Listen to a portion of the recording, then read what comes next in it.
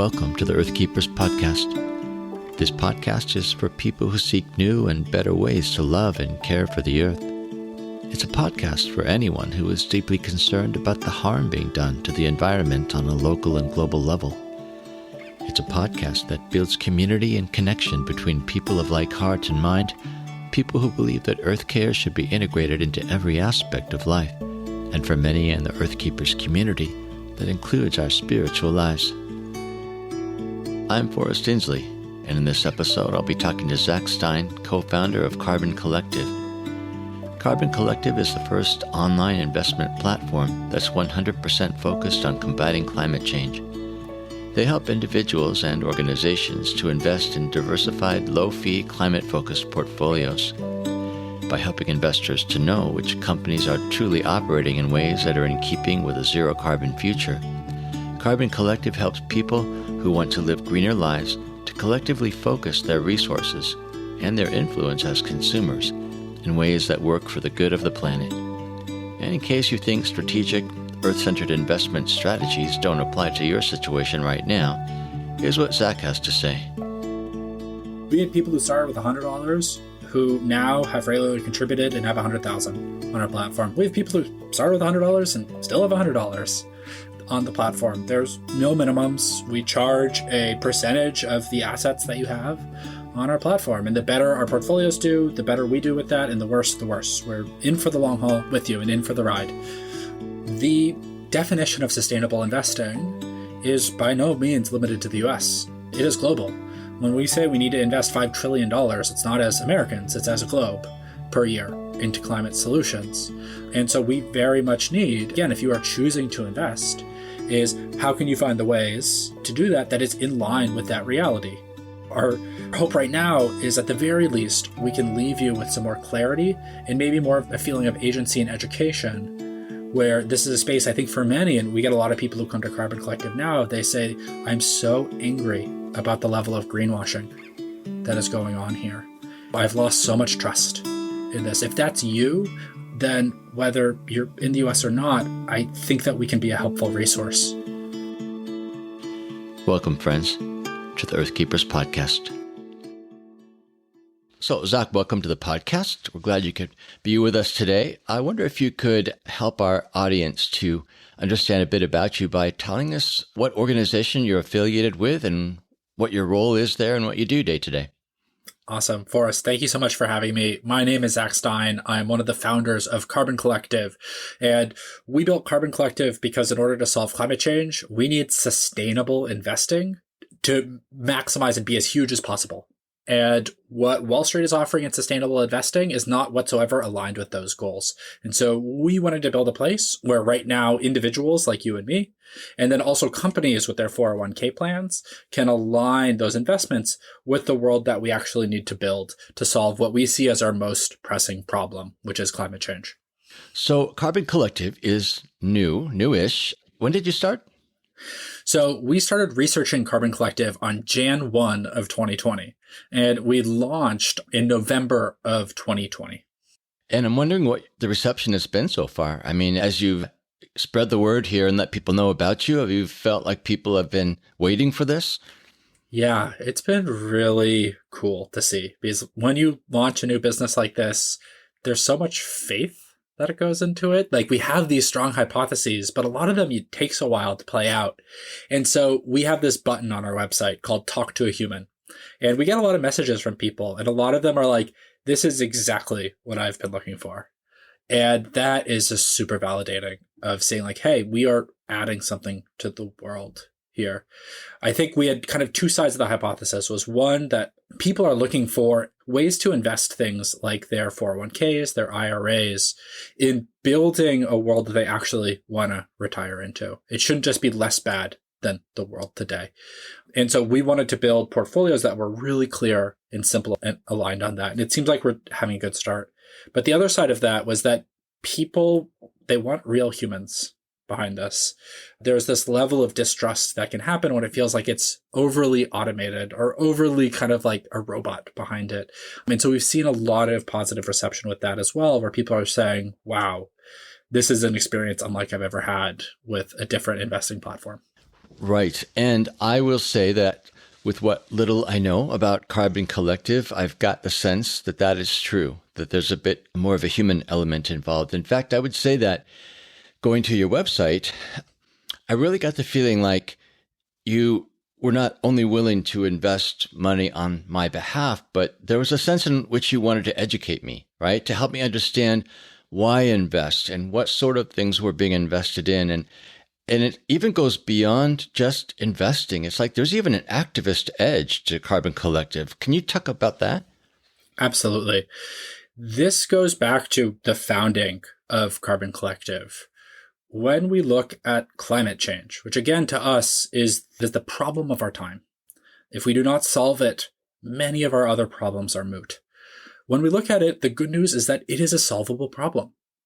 It's physics. We need to transition our civilization from one today that we burn a lot of ancient stuff, ancient fuels in order to power it, to one where we do not need emit carbon to move our stuff ourselves and make things, move them around and make things. And so for us, we wanted to build that place where you could align that and that also you would be generating as much impact from that investment as we can. And it can be really hard. It's really easy to get lost in saying, all right, but how are my investments? Where does my 401k or my IRA actually fit into that? And where can we be driving as much impact as possible? And so we very much, whether you invest sustainably with Carbon Collective or not, our goal and our mission is we want to get as many dollars as we can invested in a way that is aligned with solving climate change, which to us is the definition. That is the bar to call yourself a sustainable investment. So tell me a bit more about the story, the backstory. How did this get started and where did the idea come from? And I'm curious to know who else you're working with. I'm guessing that you're not the only idealist there at Carbon Collective. Very much so. My co-founder and I, we've known each other since we were 4 years old. We grew up in the Bay Area together, and this is our second startup that we have launched together. And we set out at the beginning of 2020 with this kind of open whiteboard where we didn't set out necessarily to build an investment company. We had a question, which we wanted to find the answer to, which was, how can we build better tools that could enable individuals to collectivize their climate action? Because right now, climate anxiety, for a lot of us who are paying closer and closer attention, is just increasingly a massive problem, especially as an individual. You could feel really isolated and alone and say like, wow, this is a global problem. I am one person who was born into a world that is run by fossil fuels. How do I engage in this and get in this? And so often it can feel really overwhelming of like, oh, I need to ride my bike and go vegan and go solar and offset. And there's like so many things with this. And so for us, we said, okay, how do we connect from the big picture down to what you need to do? So we interviewed 120 of our friends and other folks in our network trying to understand what actions were they taking today and where were they getting blocked. And again, the problem came up that we had faced ourselves was this area of investment where people said, hey, and we talked about this a little bit before the pod, they said, I want my investments, the way I'm saving and building wealth, to align and help support building that world that I want to retire into. And when I go and look at what Wall Street is broadly offering today with ESG, which we can definitely get into and break down, that is not aligned with that world. That is just a less bad. We are taking out maybe the worst of the worst actors today. And what we found is that a lot of us, we have this inherent sense that especially when it comes to climate change, our path out of it is to build. We have to build to do that transition. We have to install way more solar panels. We have to build way more electric cars. And that takes capital to do. And there's a lot of opportunity in that. And so by merging those two notions, that seemed like a really natural fit as a place for us to start. So there's a very interesting idea behind your words here, and that is the power of the collective. I'm thinking back to an interview that I did with Katharine Hayhoe, and one of her metaphors that she uses to describe what we need to do to work together to prevent climate change is pushing a boulder up a hill. And one person cannot do it, 5 people cannot do it. But if you have lots and lots of people behind the boulder pushing it up the hill, it's possible. What I'm hearing you talk about here is that investing money together is a way of exercising collective power. That on our own, maybe a simple investment in a electric car company is not going to make that much of a difference. It certainly could make more difference if our money is pooled together for some pretty major investments that actually might even put some pressure on the companies and guide their policies and their values. Is that really what's behind this idea? Correct. If we get into the numbers and we look at what are the best plans of what it is going to take to get that boulder all the way up the hill, what does the top of the hill look like? Or maybe the other side where it's rolling down. We know from the least expensive that we would need to be paying per year would be $5 trillion in additional investments into climate solution per year. That number is from Project Drawdown and the Climate Policy Institute. That range goes all the way up to $9 trillion estimated of annual additions needed to solve climate change. That's from McKinsey. So regardless of which number we're looking at, we're talking about a massive investment that is needed where it doesn't matter how many trees we plant. It does not matter how much carbon we are able to suck from the atmosphere. If we do not solve that, if we do not make those investments, we're just not going to be able to stop emitting fossil fuels in that time. And so the only way, and this we got this a lot when we were starting to work on Carbon Collective, when we were doing these interviews. We got this sentiment, and we've been very influenced by Dr. Catherine Hayhoe's work, where people would say, I'm one person. You know what? It's the corporations and it's the governments whose fault this is. Why should I feel the responsibility of doing this? And that's something that I've thought a lot about and struggled with. And what I haven't yet heard articulated is a separate theory of how the world changes. If it is not for the collectivized actions of enough individuals, how does status quo change until enough individuals say, I am making a deliberately different choice than the status quo? And so we know that we have to invest far more in this way. And so at Carbon Collective, we also wanted to recognize that this is not charity. Your IRA it's there. Your primary goal is to save for retirement. And we think a lot of other platforms or attempts at this had gotten that wrong, where they had said, hey, let's give you a list of 50 green stocks to invest in. That's not holding your primary goal in mind, which is to, meet your personal needs. So we have to meet that first. And that's why we're going to charge you the same as you would pay for a generic online investment advisor. And we give you access to portfolios that have similar levels of risk and reward as you would just by investing in generic index-based portfolios. So we want to remove every kind of financial reason to say no to this type of investing. And then we want to help educate you and maximize what is that impact that we can get on the other side. So we've seen that combination seems to be working for people. And I'm wondering, who is it who decides green? Are you actually, as a company, doing this evaluative work and looking at the companies to see how much their values line up with their practices, for example? Correct. So that is part of that value that we wanted to bring here, is the way that Wall Street likes to talk about ethical investing is they will hire an analytics company, likely one that you've never heard of. So you talked about that you work with Vanguard, Forrest. And so that Vanguard fund is actually, it's not Vanguard that is doing the ethical decision making on it. It's a group called MSCI, which they are a big analytics company. And so they are the ones who are going in and saying, all right, here's what's going in here, here's what's going out. You actually don't get to see what's in that because MSCI makes its money by selling that data to Vanguard. So you only get the output of that. We think it should be much more transparent. What we do is we look at the overall stock market and we look at it knowing that climate change is an incredibly complicated issue, but solving it is also very simple. If we do not dramatically wind down investments in fossil fuels over the next 30 years, while dramatically winding up investments into climate solutions over that period of time, we just will not be able to be on a path to globally solve climate change. And when I say solve climate change, I mean reach zero carbon emissions from the running of our civilization, so we can then start taking those historic emissions and getting them back down from the atmosphere and sequestered here on Terra, our oceans again. So that's what we have to do. And so we look at the whole stock market in the US. About 20% of that are made of industries that are technologically dependent upon fossil fuels for their core business. So that means when we imagine that world where we've decarbonized, that industry's core business could not exist, barring some a huge technological advancement that just is in the lab scale now and very well may never come to pass. So we, in terms of there's, often a debate in this space of, should you own oil companies in order to engage with them on votes? We very much fall into the side of divest, and happy to talk about more why. So we divest from that 20% of the overall stock market.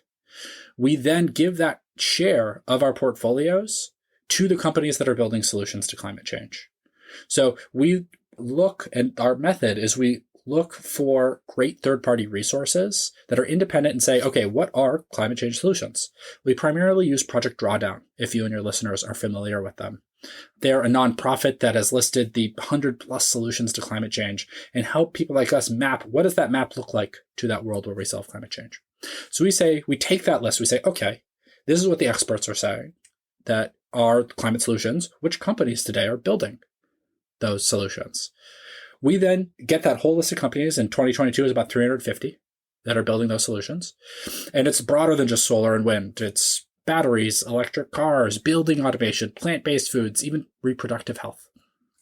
So we build that full list, and then we go into every single company and we look at revenue.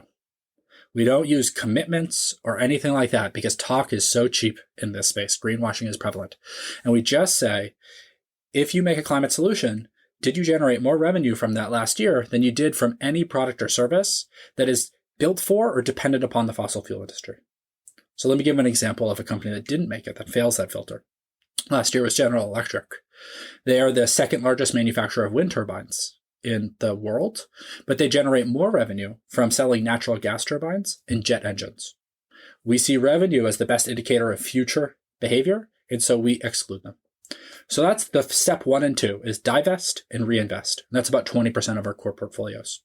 Then the 80% that is left over, we broadly hold. We make some changes, like we remove big banks because of the ways that they fund fossil fuel expansion and are very tied to it. And we hold this 80% because to us, these are the companies that we should be engaging with as shareholders.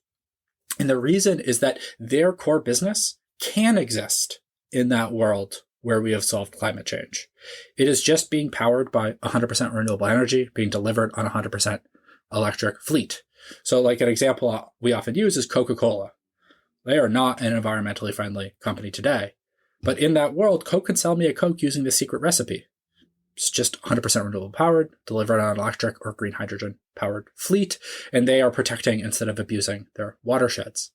That means to us, this is where we should be using our activist, this is what we're voting on, energy as shareholders to get these companies to make that transition as fast as possible. Because not only do they care about us as shareholders, they also care about me as a consumer. And I put air quotes around that word. We don't like that word at Carbon Collective. We think we are humans. But Coca-Cola spends literally billions of dollars a year protecting their brand image in my eye. So that's a lot of power that actually gives us to get them to push and move faster. So that's kind of the 3 prongs of our approach there of how do we generate as much impact from investing as we can. Well, I'm curious to know more about the influence you're talking about of shareholders.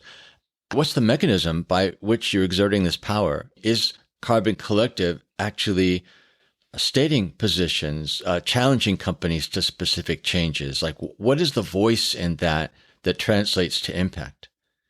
Yeah, so we are very much a work in progress as a company. We are young, we are small, and we have big ambitions. I think that is clear. So right now, what we do with our voting is we vote in coalition with other groups like As You Sow, which is a Berkeley-based nonprofits. So we pledge your shares to vote with that. What we are building up towards is that position to be putting forth our own shareholder resolutions. So we're not just kind of passively saying, all right, we're going to vote on this and vote on that. We're still going to do that. But then also say, okay, company X, this is what we want you to do. We're going to start building a coalition around that. An example I like to use is what would seem like a very obvious shareholder resolution is focusing on big box stores. They have huge roofs that largely aren't covered with solar panels. It makes economic sense in many places in the US for them to put on solar panels and potentially even more to install backup batteries in those places. Economically, we're seeing the price of electricity is all over the place right now. as it's tracking fossil fuels, you also can have battery backups in the event of grid failures and things like that. That to us is where we should be investing our energy as climate activists, because that reduces the demand for fossil fuels, that type of success. And that's where we should be focusing on, is how do we reduce the demand side of fossil fuels as much as possible with that, rather than focusing on the supply side and trying to get fossil fuel companies to voluntarily cut supply, which doesn't make sense to us if they have customers that are lined up to buy their products. We need to, get the line pointed somewhere else, pointed to renewable energy, pointed to electrification. And so that's our goal of let's pick all of that low-hanging fruit that we can there to get that moving as quickly as possible. I'm intrigued by, yet again, what is a good example of collective power, because if you are pooling your, shareholder influence, your vote with other, say, smaller or medium-sized organizations, that still translates into a lot of influence. So I really love that. There's not a defensive, my territory kind of attitude that's behind that. It's just, unless we work together, this is not possible. That seems to be the assumption. Absolutely. The phrase I love to use when it comes to climate, I borrow from improv, which is yes and. We need all of it. We need to say yes and to this work. And I think we can often get a little bit too much in the no buts when it comes to climate. It's like, should you do this or that? And there are very much cases where there's an opportunity cost and you only have so many resources to apply. And so there's that order of operations.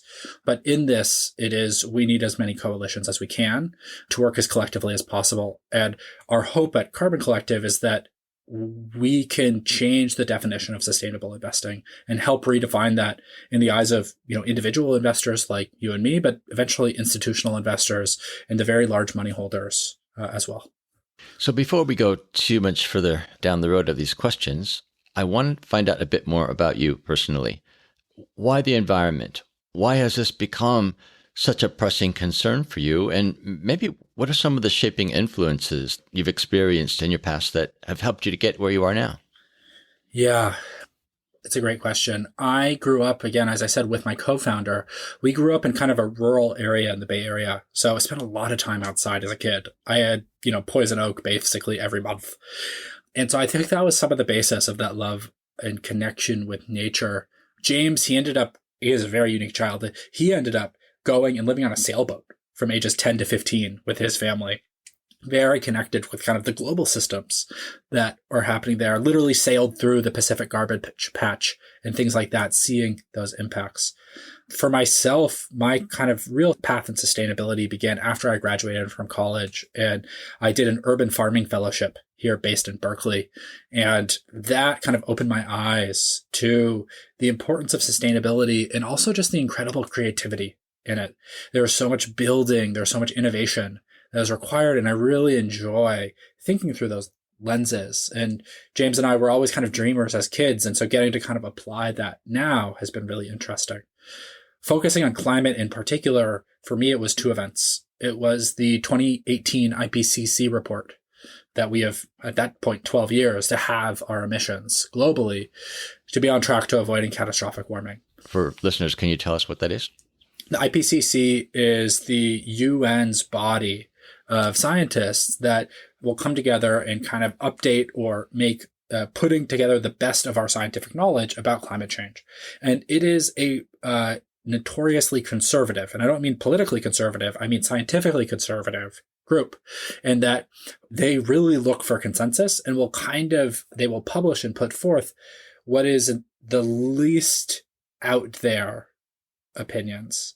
And so to see the level of alarm that they were raising, which was this really big jump, that for me was huge. And in 2018, they said that we had 12 years by 2030. You might have heard this as a listener, that we had until 2030 to have our global carbon emissions. And if we did not do that, it would be very difficult for us to remain below some catastrophic levels of potential warming. And if we kind of flip that of like, what is the path that we're on for right now, is if we do not make these significant changes in investments as a globe, we are on track for 3 degrees C of global warming by 2100, which is a world and level of chaos that is unimaginable from the one today. And it is really terrifying. So That, then plus I grew up in the Bay Area. That was kind of event number one. Event number two is I think it was in 2017, we started having fire season. I was feeling climate change. This is not something I'd ever experienced growing up here. I'm 32. I had never had it annually. The sky would fill with smoke for multiple times a year. I remember the night that we were sleeping with our windows open and smelled smoke and were freaked out. And now the degree to which that's become a regular occurrence is just such a change I've seen in my own lifetime that was incredibly motivating and showcasing that this is not a problem for my children. This is the problem of my time and our generation. And that if we do not solve it, I just had a kid. He's a little over 3 months old now, that we were really not doing service to them. So those were really the two things for me that were very motivating. And why kind of Carbon Collective in particular is that there's an aspect of climate change which in a lot of ways we still aren't talking about it quite right, especially ways that are aligned with how are humans actually motivated. It is so fear-based, and it should be in some degree. It is terrifying what is happening, but that doesn't allow for any agency. It stops the emotional cycle. The fact that the world where we solve climate change, that world that we talked about that does not run on carbon emissions, it is not just a better world because we avoid all of the pain of a 3-degree C world. That alone is worth it. It is just a better world than the one today.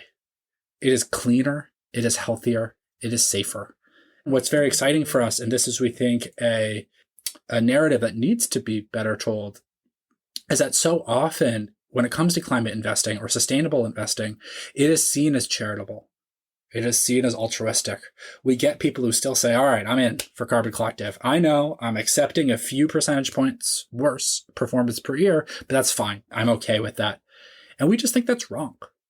We think that when we zoom out and look at climate and what are the macro forces that we're seeing right now, fossil fuels are fundamentally an industry in decline. And many of the solutions to climate change are poised, this is not because of legislation, but just because of market forces, for dramatic growth. So over the next 30 years, would you rather be invested in a portfolio that is holding a declining industry and not overweighting the ones that are growing, or the opposite? So the combination of solar, wind, and batteries is the cheapest form of electricity around the world in many places. And it is likely only to get more so as we are increasing the manufacturing capacities of those technologies. So we don't need to rely upon altruism for that. We actually get to rely upon what has powered our world, unfortunately for now, which is greed. And individual companies or individuals looking out for their best bottom line interest. And that when we look at fossil fuels, it is fundamentally a resource that only gets more expensive to extract because we pick the low-hanging fruit. And so then it requires new technology and all of these things, which is why we're only now seeing like another fracking boom coming, because the price, it's a very expensive way to extract fossil fuels. And so it only makes sense when the price of oil is really high. The more that we extract, the more expensive it gets. The opposite is largely true with manufacturing. And that's what solar panels and wind and batteries, these are manufacturing problems. And we see the opposite trend, which is the more that you commoditize something, the better industries of scale that you get, and the lower you drive down that price. So again, when we can take that step back and challenge some of our existing narratives, which is there's a really strong one in the investment advisement space, which is that fossil fuels are a necessary evil in a balanced portfolio because they act counter-cyclically to the other investments in them. That just hasn't been the case for the past 32 years. For us, it is very important, and it's a part of our marketing strategy, frankly, is to share those stories and help you feel educated. A term that was introduced to me that I realize is what we do is we don't see it as our job to sell you on what we're doing.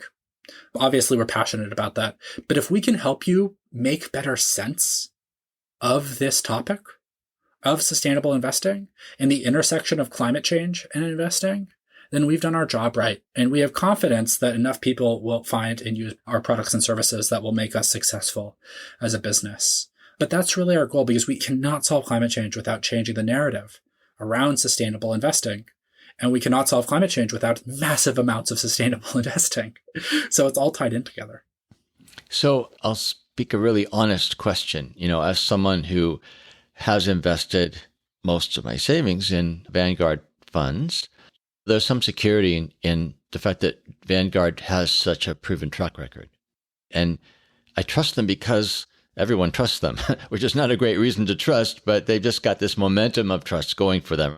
How can a company like yours overcome that part of the fear? For some people, the money they invest, say, for their retirement is very dear to them. I mean, their welfare depends on it in the future. And so it's not money they're going to want to risk. And I'm wondering, what do you say to those people? And do you think there is actually that much risk if they were to go with a smaller company like yours? Of course. I want to correct you on one thing, is what you named is exactly why people trust anything. We trust them because other people trust them. And that really adds up. And so we knew this from the start, is that we are coming in as a fundamentally not trusted entity. If you're new, that is just the case. You can't get over that. And it makes so much sense. Vanguard was built to be trusted for long-term investing. They are the place where you go and you know you're going to pay low fees, you're going to be broadly invested, and if you make any choice, it's probably not that bad of a choice with them. It's super valuable, very innovative in what they were able to bring. Vanguard also started in a place where people didn't trust them. They released this wild thing called an index fund, where everyone else was doing actively managed portfolios, and that was the common thing on Wall Street. They're saying, yeah, just, you don't need a manager. You don't need, someone to do it. You don't need some smart person. Just come in and track the market here and pay lower fees. That's how just new companies begin. They were not trusted. But by being that focused and helping do that market education, which they've done incredibly well, they were actually able to build up a huge amount of trust to this point that now they are having that pay off. That's the same trajectory that we hope to take at Carbon Collective. As I said, we know that we're not trusted. We know exactly the concerns of yours are shared by many. So there's a few things that generally help people feel a bit more confidence in saying, all right, I'm going to move my whole IRA to you guys. One is that Carbon Collective doesn't actually hold your stocks and bonds. We work with one of the largest, what's called the custodian in the country. So the custodian, I like to imagine back in the day when a stock was a physical piece of paper. So they were the company that would hold that piece of paper for you. Now it's all electronic. So if something happens at Carbon Collective, your stocks and bonds aren't going anywhere. We just will need to help you move them to a different custodian. And we actually have money set aside exactly for that. So that is the worst case scenario here, is you would need to move your money back to Schwab or back to Vanguard. And you wouldn't actually have to even sell anything. You wouldn't have to change that investment holdings. So that's kind of the very big thing here.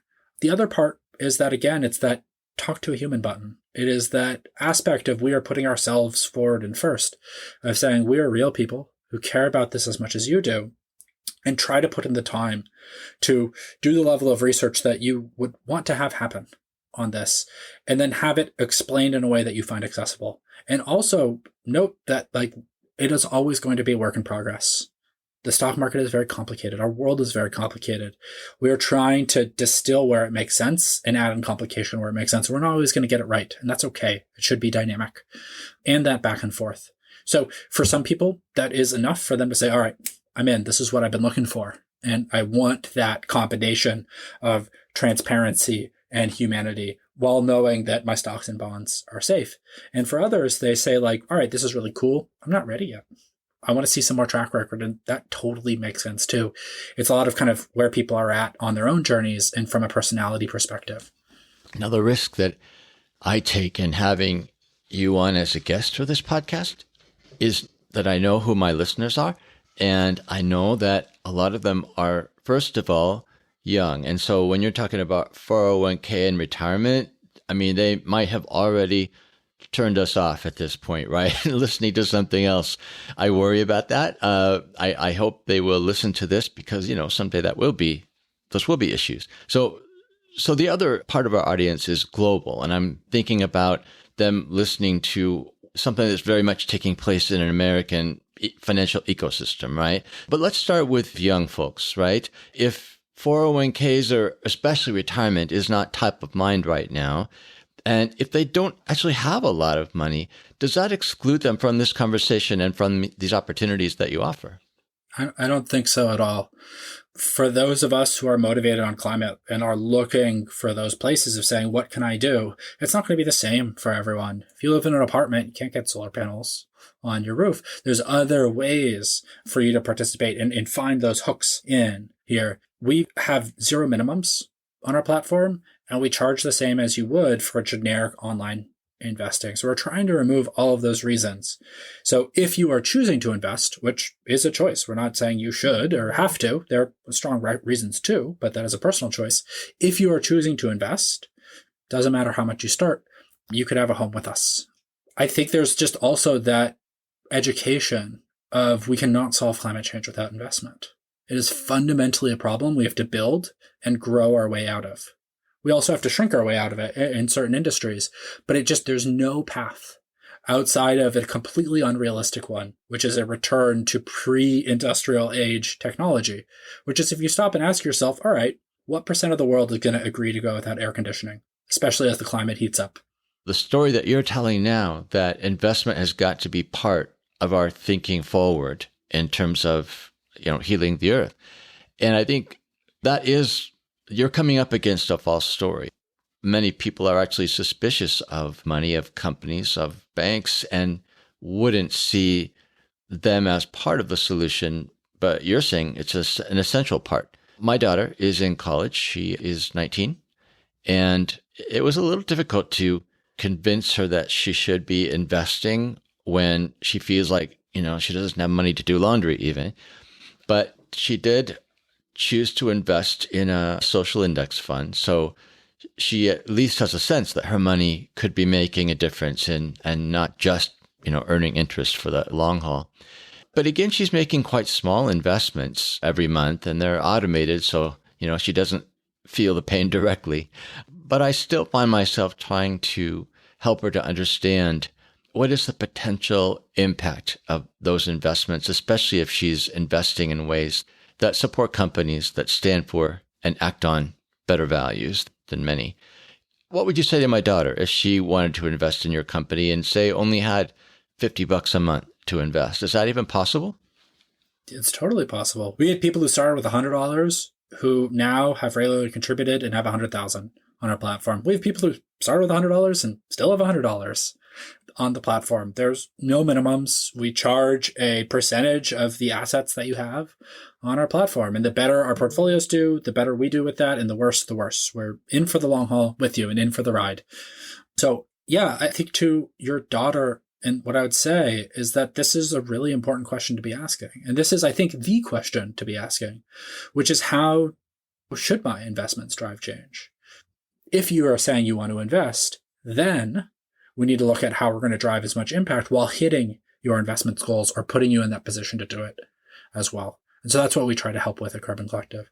So now speak to those folks who are in Costa Rica or New Zealand or what have you, trying to understand what this has to do with them, especially if they're interested in this concept. Absolutely. So the definition of sustainable investing is by no means limited to the US. It is global. When we say we need to invest $5 trillion, it's not as Americans, it's as a globe per year into climate solutions. And so we very much need, again, if you are choosing to invest, is how can you find the ways to do that is in line with that reality? And again, the basic sniff test is it, investing in the reality that is declining in fossil fuel investments and massively ramping up those in climate solutions? The definition of sustainable investing should be as simple as that, but it often gets far more complicated. So I think that framework can be really useful to go to your investment advisor, to look at your stock portfolios. You can use Carbon Collective as a resource. We publish all of our portfolios and the underlying stocks within them, so you can buy them. We are going to be rolling out our own funds as well, which will be more broadly accessible in places around the world.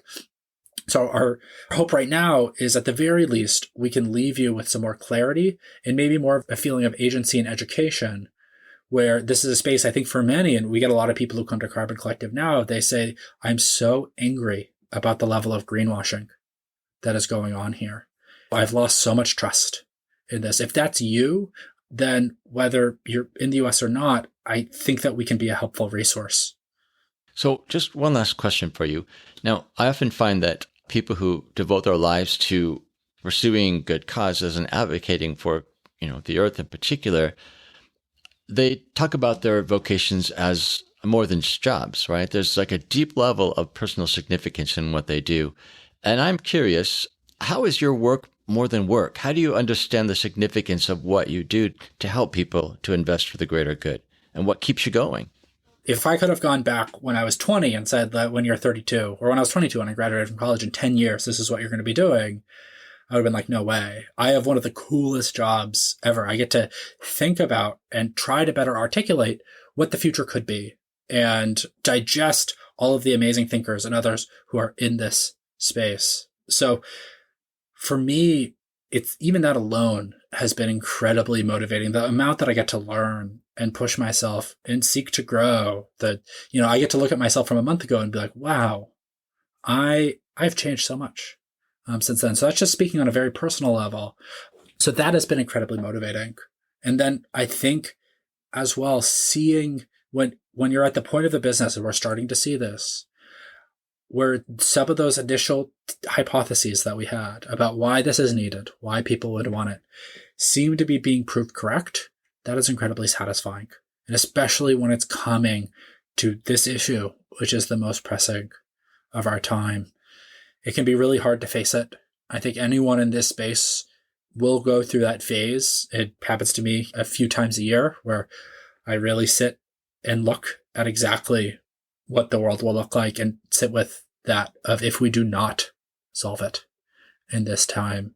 And there's incredible grief from that. But then you got to come out of it and keep moving. Yeah. And I'd have to say that one thing I admire about what you're doing is that in a lot of ways, you're combating climate despair with activism. Rather than giving up hope, you're actually saying, there has to be a way to challenge the system and shake up the status quo. And we're going to be creative risk takers as we do this. And so I appreciate that about the work that you're doing.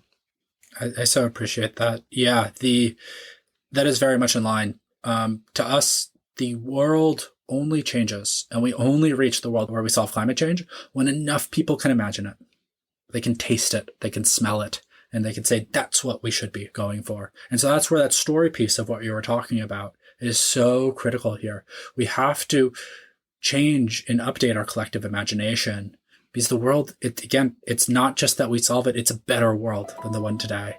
It is cleaner, it is more just, it is safer. And there's a lot of things that are positive and trending in that direction.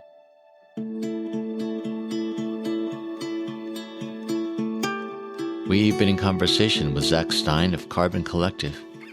If you're interested at all in green investment opportunities but are not quite sure about trusting a young company like Carbon Collective, we're with you. Or maybe you aren't sure that investing is for you right now.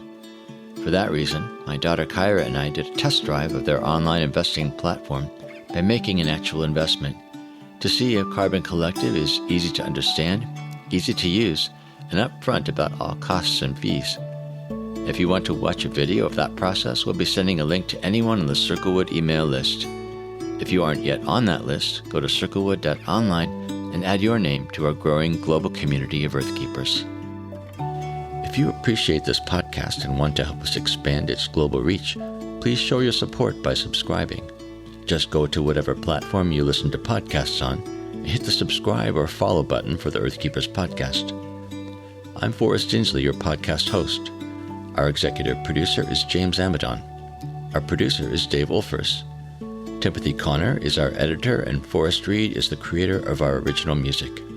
Our research assistant is Rochelle Nordman, and Jesselyn Gentry is our social media director.